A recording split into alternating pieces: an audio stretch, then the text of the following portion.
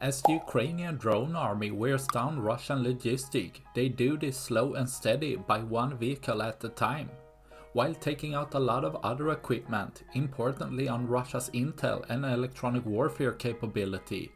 But even as the drone has small warhead, a well-placed hit can not only take out equipment, but damage transport routes, while more common in these cases train rails.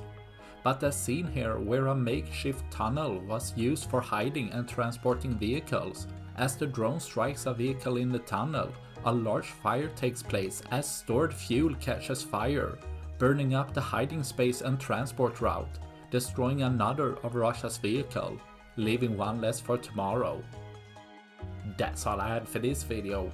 Please like and subscribe for more. Thanks for watching. Bye.